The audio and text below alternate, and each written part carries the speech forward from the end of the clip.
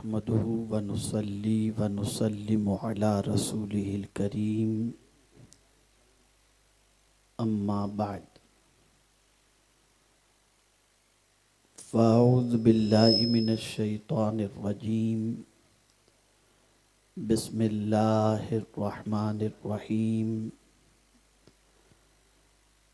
من عمل صالحا من ذكر أو أنثى وهو مؤمن فلنحيينه حياة طيبة صدق اللہ العظیم۔ قابل قدر سادات کرام، علماء ذوی الاحترام، حاضرین و ناظرین و حاضرات بزم، السلام علیکم ورحمۃ اللہ وبرکاتہ۔ میرے پیارے آقا صلی اللہ تعالی علیہ وسلم کے پیارے دیوانوں، جس آیہ کریمہ کی تلاوت کا میں نے شرف حاصل کیا، اس سے متعلق کچھ معروضات پیش کرنے سے پہلے آقا کریم رؤوف الرحیم علیہ التحیۃ والتسلیم کی بارگاہ میں جس طریقے سے میں پڑھاؤں عقیدت و محبت میں ڈوب کر اسی طریقے سے درود و سلام کا نذرانہ پیش کریں۔ الصلاۃ والسلام علیک یا رسول اللہ، الصلاۃ والسلام علیک یا حبیب اللہ، الصلاۃ والسلام علیک یا نبی اللہ، الصلاۃ والسلام علیک یا نور اللہ، وعلی آلک و اصحابک یا حبیب اللہ، صلی اللہ تعالی علیہ وسلم۔ محب گرامی حضرت مولانا سرفراز صاحب نوری مدث اللہ العالی کی دعوت پر ایک بار پھر آپ کے دیار محبت میں مجھے حاضری کی سعادت نصیب ہو رہی ہے۔ اللہ رب العزت جل جلالہ مجھے حق کہنے اور آپ سب کو حق سننے کی توفیق عطا فرمائے۔ اس وقت دنیا میں جس کسی سے پوچھو کہ کیسی زندگی کٹ رہی ہے تو ہر گھر سے یہی آواز آئے گی، بس کٹ رہی ہے، جیسے تیسے کٹ رہی ہے۔ کوئی کہتا ہے صبح ہوتی ہے شام ہوتی ہے عمر یوں ہی تمام ہوتی ہے، کوئی کہتا ہے زندگی میں لطف نہیں رہ گیا، کوئی کہتا ہے زندگی میں سکون نہیں رہ گیا، کوئی کہتا ہے زندگی میں مزہ نہیں آتا۔ غرض کہ آپ جہاں کہیں بھی دیکھیں گے اور کسی سے بھی سوال پوچھیں گے تو الا ماشاءاللہ تقریباً لوگوں کا جواب اسی قسم کا ملے گا۔ آج میں آپ کو اچھی زندگی کسے کہتے ہیں وہ بتانے کے لیے حاضر آیا ہوں۔ چونکہ ایک نئی زندگی گزارنے کا سلیقہ اور نئی زندگی کا آغاز نکاح کے ذریعے دلہا دلہن کا ہونا ہے، تو ہمیں یہ سمجھنے کی ضرورت ہے کہ ہماری اچھی زندگی کیسے گزرے، اور یہ بات اچھی طریقے سے ذہن میں محفوظ رہے کہ جو کچھ بھی اللہ رب العزت جل جلالہ نے اپنی کتاب میں فرمایا ہے وہ حق ہے،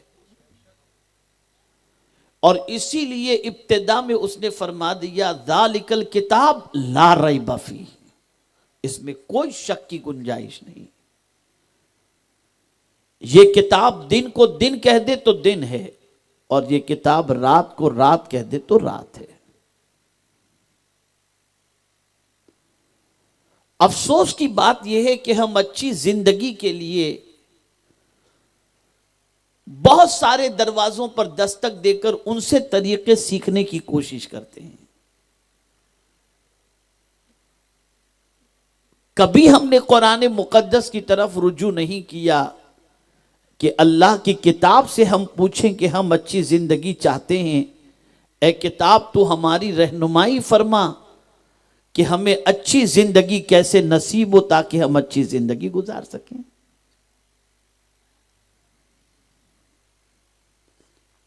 تو قرآن مقدس نے فرمایا اے اچھی زندگی کی تلاش کرنے والو، اے آرام اور سکون کی زندگی تلاش کرنے والو، زندگی کوئی اور دینے والا نہیں، زندگی دینے والی ذات اللہ کی ہے. وہ جسے چاہے زندگی دے، جسے چاہے موت دے، جسے چاہے اچھی زندگی دے اور جسے چاہے پرخطر زندگی عطا فرمائے.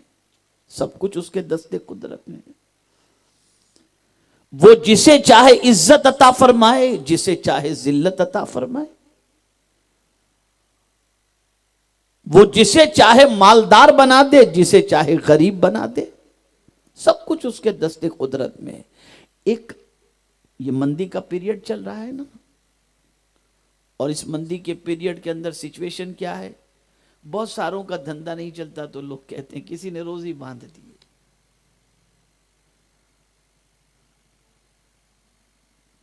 تو یہ بات یاد رکھیں، کوئی آج تک ایسا باوا ہے ہی نہیں جو روزی باندھ سکے. اسے ذہن میں رکھو.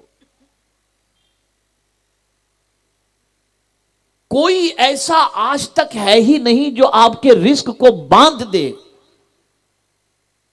اس لیے کہ قرآن نے واضح لفظوں میں فرمایا اللہ یبسط الرزق لمن یشاء ویقدر. اللہ جس کی چاہتا ہے روزی کشادہ کر دیتا ہے اور جس کی چاہتا ہے تنگ کر دیتا ہے. قدر کے معنی تنگ کے ہوتا ہے. اور لیلۃ القدر کو لیلۃ القدر کیوں کہتے ہیں جانتے ہیں آپ؟ اس لیے کہتے ہیں کہ آسمان سے فرشتے زمین پر اتنے اتر آتے ہیں کہ زمین تنگ ہو جاتی ہے. اس لیے لیلۃ القدر کہا جاتا ہے. پیر رکھنے کی جگہ نہیں ہوتی فرشتوں کے لیے، زمین تنگ ہو جاتی ہے، اس لیے قدر کہا جاتا ہے.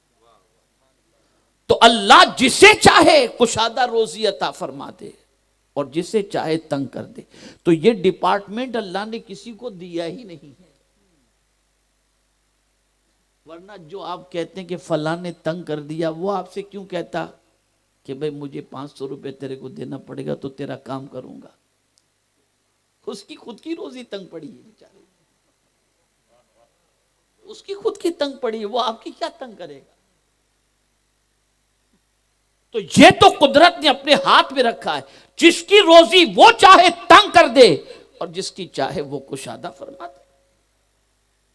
تو روزی کوئی باندھ نہیں سکتا. ہاں آپ کی روزی پر نظر لگ سکتی ہے، یہ حق ہے، اس میں کوئی شک کی گنجائش نہیں. اسی لیے بڑے بوڑھے بیٹا اس بچے کو بٹھا دیجئے، یہ مجھے اچھا نہیں لگتا یہ بچے آنا جانا کرتے ہیں. ایک مرتبہ درود شریف پڑھ لیں. اللہم صلی علی سیدنا و مولانا محمد معدن الجود والکرم وآلہ وصحابہ وبارک وسلم. ایک بزرگ بڑی اچھی بات، پرانے زمانے کے کاٹھیا واڑ کے ایک تھے، انہوں نے اپنے بیٹے کو نصیحت کی، بیٹے کیلا لے کر کے ریکڑی والے سے نکلنا تو کالی تھیلی میں نکلنا، سفید میں نہیں. اس لیے کہ ہو سکتا ہے سفید تھیلی میں سے کیلا نظر آ جائے اور کسی کی نظر پڑ جائے. کہتے تھے لوگ. تو نظر بڑی خطرناک چیز ہے. حضور صلی اللہ علیہ وسلم فرماتے ہیں نظر انسان کو موت تک لے جاتی ہے اور پتھر کو پھاڑ دیتی ہے. یہ نظر میں تک. اب یہاں سے ایک بات سمجھ میں آئی، جب کسی عام انسان کی بری نظر پڑ جائے تو اس کی نظر سے پتھر پھٹ سکتا ہے، تو اللہ والوں کی نظر کرم پڑ جائے تو بگڑی بھی بن سکتی ہے. جب تم یہ مانتے ہو کہ بری نظر کسی کی پڑ جائے، گاڑی پہ لکھ کے نکالتے ہو بری نظر والے تیرا منہ کالا، یہ سب لکھا ہوا رہتا ہے. تو جب نظر کی مائیں بچے کو کالا ٹیکا لگا کر نکالتی ہیں، کسی کی نظر پتا چلا نظر کی تاثیر ہے. تو عام انسان کی نظر کی اتنی طاقت کے پتھر کو پھاڑ دے، صحت مند کو بیمار کر دے، تو اللہ والوں کی نظر کی کیا عالم، ان کی نظروں کا کیا کیا. اسی لیے سرکار فرماتے اتقوا بفراست المؤمن فإنه ينظر بنور اللہ تعالی. مومن کی فراست سے ڈرو کہ وہ اپنی آنکھوں سے نہیں اللہ کے نور سے دیکھتا ہے. اسی لیے فرمایا گیا عالم کے پاس جاؤ تو زبان کو لگام دو، اور ولی کے پاس جاؤ تو دل کو لگام دو کہ وہ تمہاری دل کی دھڑکنوں کو دیکھ رہے ہیں.